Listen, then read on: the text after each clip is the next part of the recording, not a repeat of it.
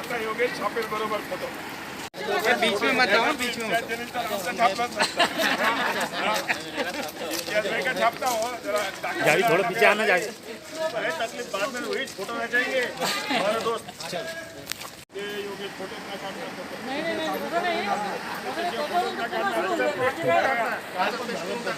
नहीं योगेश आम्ही तर शिवाय येणार नाही फोटो नाही असं काही नाही करायचं मला पण त्याच्यावर पुन्हा सुरू होऊन जाईल म्हणून म्हटलं नाही योगेश फोटो नाही काढत त्या लोकांना आम्हाला राहू नाही आता काही नाही आता काही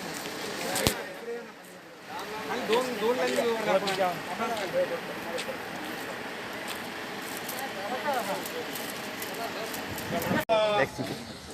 सुरू करू।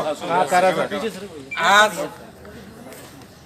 संभाजीनगर शहरामध्ये कोरोनाचा प्रसार मागच्या 7 दिवसापासून केसेस वाढत आहेत। ॲव्हरेज 120-130च्या केसेस आहेत। म्हणून शहरातील सर्व खासदार आणि आमदार यांनी काल बैठक घेतली होती आणि माननीय आयुक्तांना आज आम्ही वेळ मागितला होता। त्यांनी 11 वाजेपासून आज बैठक चालू होती। या बैठकीमध्ये पहिलं जे होतं की अधिकाऱ्याबरोबर कम्युनिकेशन होत नाही, आम्ही मागणी अगोदरही केली होती। तर माननीय आयुक्तांनी मान्य केलं आहे की प्रत्येक सोमवारी सकाळी 11 वाजता खासदार आमदार आणि आयुक्त आणि सर्व अधिकारी यांची बैठक आयुक्त कार्यालयामध्ये होईल। त्याचप्रमाणे या बैठकीमध्ये सर्व अधिकारी होते।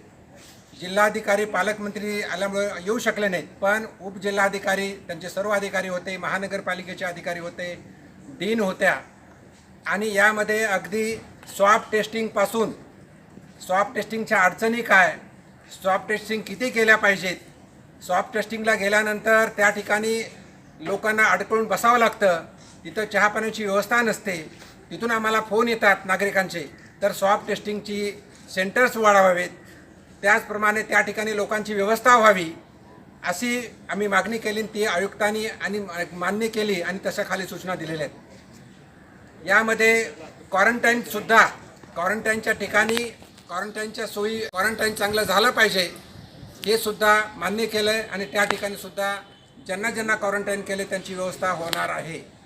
याशिवाय घाटीमध्ये ज्या विविध अडचणी होत्या, काही लोकांना मेडिसिन लिहून दिलं जात होतं, ते लिहून न देता शासनाने पुरवठा करावा। ऑक्सिजन असेल, व्हेंटिलेटर असेल, व्हेंटिलेटरची कमतरता नाही आहे।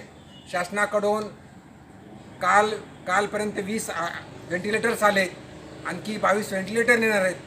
अशा विविध प्रकारच्या सुविधा घाटीमध्ये सुद्धा द्याव्यात अशी आमची मागणी होती, ते सुद्धा त्यांनी मान्य केलेलं आहे आणि तसं ते करणार आहेत। याहीपेक्षा महानगरपालिकेच्या माध्यमातून जे क्वारंटाईन झोन आहेत किंवा कंटोनमेंट झोन आहेत, तिथं माननीय पोलीस आयुक्तसुद्धा होते। सध्या शहरामध्ये 14 मोठे कंटोनमेंट झोन आहेत आणि छोटे असे बरेच काही आहेत, पण त्या ठिकाणी कंटोनमेंट झोन सुद्धा वाढवून चांगले स्ट्रिक्ट करावेत। आणि आता शहरामध्ये एका बाजूला उजव्या बाजूला एकदा आणि दुसऱ्या बाजूला एकदा असं जे लॉकडाऊन सुरू होतं आहे, तर ते लॉकडाऊन सुरू केल्यामुळं गर्दी नागरिकाची तेवढीच होती। म्हणून आता लॉकडाऊन दोन्ही बाजूला म्हणजे सर्वच दुकानं उघडावेत आणि प्रत्येक नागरिकांनी जे जे नियम असतील ते नियम पाळावेत असं आम्ही लोकप्रतिनिधी म्हणून त्यांना आवाहन केलेलं आहे।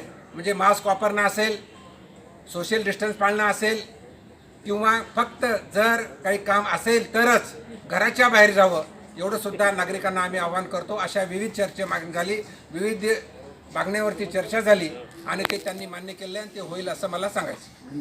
बाजूचे दुकानं उघडा, मीटिंग दुकानं उघडवण्यासाठी होती का सामान्य नागरिकांसाठी होती? ऐकून घ्या, ह्याच्यावरती आमची चर्चा सुद्धा झाली। नाशिकमध्ये सर्व लोकप्रतिनिधी आणि तिथल्या स्थानिक लोकांनी येऊन स्वतःचा बंद करून घेतला। याच्यामध्ये नाशिकमध्ये 3 दिवसात 30 तुम्ही सांगताय की दोन्ही बाजूच्या दुकानं उघडण्यासाठी मीटिंग झाली। 30 जूनला पूर्ण लॉकडाऊन उठणार आहे, रेल्वे सुरू होणार आहेत, असा सुद्धा मुद्दा चर्चेला गेला की शेवटचे 3 दिवस पूर्णपणे लॉकडाऊन करावं. पण एकंदरीत लोकप्रतिनिधी आणि अधिकाऱ्यांचं म्हणणं असं पडलं की आता लोकांना कोरोनासाठी काय काय काळजी घ्यायची ते त्यांना समजलेलं आहे आणि लोकांच्या आर्थिक अडचणी ह्या महत्त्वाच्या आहेत, म्हणून आर्थिक अडचणी आणि लोकांचा विचार करावा म्हणूनच हा निर्णय घेतलेला आहे. कोण जबाबदार, कोण एवढे गोष्टीला जबाबदार कोण आहे? अजिबात नाही.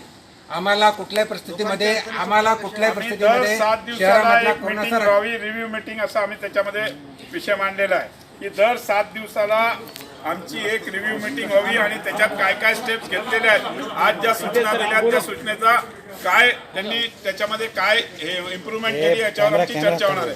दर सोमवारी आमची 11 वाजता मीटिंग होणार आहे. एवढे जे मृत्यू झालेले आहेत, एवढे पेशंट वाढले, त्याला जबाबदार कोण आहे? एवढे जे रुग्ण वाढलेले आहेत आणि रोज 10 लोक मरतात, त्याला जबाबदार कोण आहे? हे ठरलंय का नाही? कुणावर जबाबदारी किंवा ह्या अधिकाऱ्यांच्या बदलीची मागणी तुम्ही करणार होता, यात काय झालंय का नाही? नहीं, एक बात ये है कि कल जब हमने मीटिंग लिए थे सभी राजनीतिक पार्टियों के जितने भी आमदार खासदार हैं, उसका मकसद ये नहीं था कि हम किसी को यहाँ से निकालने की मांग कर रहे थे. हम ये मानते हैं और शहर का हर नागरिक ये मानता था कि कहीं ना कहीं कुछ कोऑर्डिनेशन की कमी थी, कहीं ना कहीं कुछ गलत हो रहा था.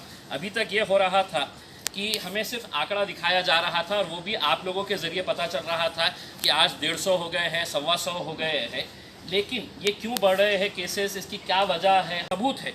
और वो सबूत की बुनियाद के ऊपर मैं बोल रहा हूँ कि जब हमने हमारे कुछ मुद्दे हैं तो MGM हॉस्पिटल के अंदर लेकर जाकर बताए हैं, तो MGM के मैनेजमेंट की इतनी हिम्मत है कि वो रिटर्न के अंदर कंप्लेन करके पुलिस को बता रहे हैं कि ये हमारे ऊपर दबाव डाल रहे हैं. दबाव बिल्कुल डाला जाएगा, सभी लोक प्रतिनिधियों की तरफ से डाला जाएगा, क्योंकि हमारे पास सबूत है. और वो सबूत को देखते हुए अगर आप पेशेंट से लाखों रुपये के बिल अगर ऐंठ रहे हैं और अगर हम जाकर उसको आपको बता रहे हैं कि आप ये गलत कर रहे हैं और आप उसके ऊपर अगर दबाव देकर डाल रहे हैं, तो ये फैसला भी लिया गया है कि कल 11 बजे जितने भी कोविड के हॉस्पिटल्स हैं वो कोविड के हॉस्पिटल्स, प्राइवेट हॉस्पिटल्स के डॉक्टर्स के साथ इसी जगह के ऊपर यहाँ पर मीटिंग रहेगी. और एक अच्छा निर्णय जो विभागीय आयुक्त साहब ने लिया है कि हर प्राइवेट हॉस्पिटल के सामने अब वहाँ पर एक एक ऑफिसर को डेप्यूट किया जाएगा जो पेशेंट्स के जो प्रॉब्लम्स है, अगर बिलिंग का प्रॉब्लम है या उसको एडमिशन नहीं दिया जा रहा है, ये सभी को मालूम है कि किसी का लग्गा जाता है, किसी का फ़ोन जाता है तो हाँ बेड अवेलेबल है, वरना कोई बगैर उसके जा रहा है तो बेड अवेलेबल नहीं है. तो बेड की अवेलेबिलिटी है नहीं है, ये वहाँ पर हर प्राइवेट हॉस्पिटल बोर्ड के ऊपर डिस्प्ले करेगा.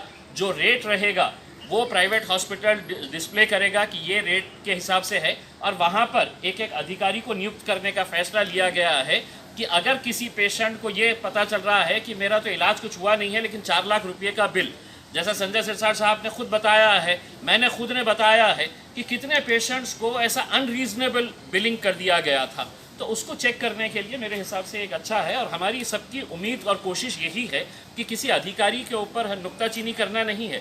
कुछ लैप्सेस थे जो प्रशासन भी मान रहा है और ये भी मान रहा है कि अगर ये पहले अगर हो जाता था तो मेरे हिसाब से कुछ ना कुछ और बेहतर हो सकता था. लेकिन देर आए दुरुस्त आए, अभी भी जो हुआ है हम समझते हैं कि हम सब मिलेंगे अगर, तो मेरे हिसाब से देखिए हर जगह की अगर ये है कि नासिक ने अगर कुछ किया है, आप नासिक का उदाहरण दे रहे हैं, लेकिन एक बात ये भी है कि मालेगांव के अंदर कल जब हमने एसपी से वहाँ पे बात की तो मालेगांव के अंदर सिर्फ 83 केसेस अभी है. महाराष्ट्र के अंदर सबसे बड़ा हॉटस्पॉट था, तो वहाँ पर ऐसा क्या हुआ है कि जो वहाँ पर इतने अच्छे तरीके से कंटेन कर लिए है, हमारे में क्या गलती हुई है, वो सब हम डिस्कस कर रहे हैं. इसका मतलब ये नहीं है कि मतलब हम लोगों ने बात कर ली है तो अब सब समस्या हल हो गई.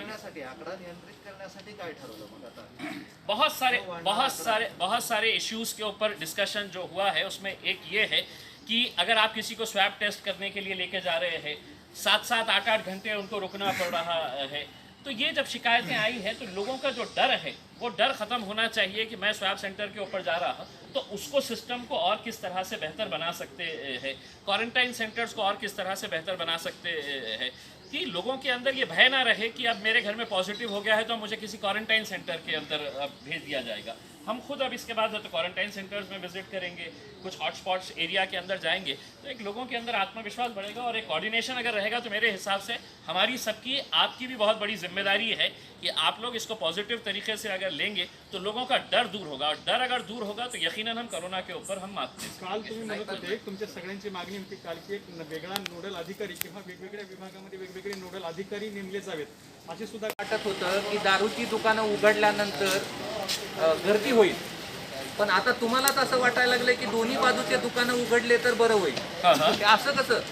नाही, म्हणजे काय आहे की अनेक ठिकाणी जसं पुण्यामध्ये तुम्ही बघितलं असेल की पुण्यामध्ये सगळं सुरू केलेले आहे त्यांनी. तर एक एक्सपेरिमेंट आपण करू. मतलब हे सगळ्यांचं हे एकच म्हणणं आहे की आता कोरोना व्हायरसशी आपल्याला जगायचं आहे, त्याच्यासोबतच जगायचं आहे. तर एक एक्सपेरिमेंट करू. एक 8 दिवसानंतर जेव्हा आम्ही पुन्हा सोमवारी बसू तर काही वेगळा निर्णय घेऊ शकतो. हेल्थ अथॉरिटीज़ की तरफ से क्या किया जा रहा है इसकी जानकारी कहीं पर भी नहीं थी, और ये सभी की एक तरह से ये मानना था कि अगर सबको कॉन्फिडेंस में लेकर तो लोक प्रतिनिधि अपने स्तर के ऊपर भी, अपने लेवल के ऊपर कोशिश कर सकते हैं कि अगर हमें ये बताया गया कि ये करना है करके, जैसा अभी डॉक्टर साहब ने बताया है कि एक तरफ का जो ऑड एंड इवन डेज की जो बात हो रही थी, अब ये बात आपको मानकर चलना पड़ेगा. अब ये कम्युनिटी स्प्रेड हो गया है. पहले जो था एक कुछ इलाकों के अंदर था, हम उसको कहीं आइसोलेट कर रहे थे, पूरा सील कर दे रहे थे. अब ये शहर के हर कोने कोने से एक एक दो दो केसेस आ रहा है, यानी कि इसका मतलब ये है कि अब ये हर जगह पे फैल चुका है. सवाल ये है कि जब हम ऑड और इवन की अगर बात कर रहे हैं तो जितना क्राउड निकलने का है वो उतना ही क्राउड निकल रहा है. अब 3 महीने तक जो लोग जिनके धंधे नहीं चल रहे थे, जिनको खाने पीने की समस्या हो रही थी, उनको देखते हुए अगर हम ये फैसला अगर करते हैं, ये सुझाव दिया गया है, इसके ऊपर फैसला नहीं लिया गया है, सारे अधिकारी इसके ऊपर बैठेंगे, चर्चा करेंगे कि अगर ऑड इवन को अगर हम पूरे एक साथ खोल देते हैं, 5 बजे तक का स्ट्रिक्ट करते हैं, 5 बजे तक के बाद है तो फिर लोगों को लाने नहीं दिया जाता है. लोगों का अभी भी एक अहम बात यह है कि लोग क्वारंटाइन में जाने से डर रहे हैं कि क्वारंटाइन सेंटर में गए तो मुझे वहाँ पर किन लोगों के साथ रहना पड़ेगा, वो पॉजिटिव हो गया है. एक सुझाव जो हम लोगों ने वहाँ पर दिया है मीटिंग के अंदर कि अगर विदेशों से कोई आ रहा है तो वो पॉजिटिव हो या नेगेटिव हो, उसको आप अच्छी होटल्स प्रोवाइड कर रहे हैं. जैसा औरंगाबाद के अंदर कुछ होटल्स उन लोगों ने आइडेंटिफाई किए हैं. जो आ रहा है बंदा उसको वो पैसे देना पड़ रहा है, वो पैसे देकर वहाँ पर होटल के अंदर क्वारंटाइन हो रहा है. हमने कहा कि अगर मुझे मेरे परिवार को अगर कहीं पर क्वारंटाइन करने का है और मुझे इस बात का डर है कि मैं ये क्वारंटाइन सेंटर नहीं जाना चाहता हूँ, तो आप औरंगाबाद शहर के जो होटल्स हैं वो होटल्स को आप आइडेंटिफाई करिएगा और उसकी कैटेगरी रेट आप फिक्स कर दीजिएगा. अगर मुझे चाहिए तो मैं उस होटल के अंदर जाके हम रह सकते हैं, जिसको पेमेंट देकर रहने का है. तो लोगों का जो डर है कि मुझे क्वारंटाइन सेंटर जाने पे कुछ प्रॉब्लम हो जाएगा, अगर 2 स्टार 3 स्टार 4 स्टार होटल अगर आप ले लेते हैं, उसका रेट फिक्स कर लेते हैं, तो उसके अंदर लोगों को क्वारंटाइन जाने का डर नहीं रहेगा. दूसरा ये है कि प्राइवेट हॉस्पिटल्स की जो मनमानी जो चल रही थी, प्राइवेट हॉस्पिटल्स जो अपने तरीके से में भी बात हुई है. अभी पालक मंत्री साहब के साथ चर्चा होंगी. हमने सीएम साहब के साथ एक वीसी करने का ये किया है, और अगर हमारे को ये एश्योरेंस अगर मिल जाता है सबके तरफ से कि नहीं, हम सिस्टम्स को और जिस तरह से बेहतर बनाना है वो बेहतर बना सकते हैं, तो इसका मतलब ये नहीं है कि कोई बड़ा ऑफिसर आएगा तो कोई बड़ा ये अलग से कुछ काम कर लेगा.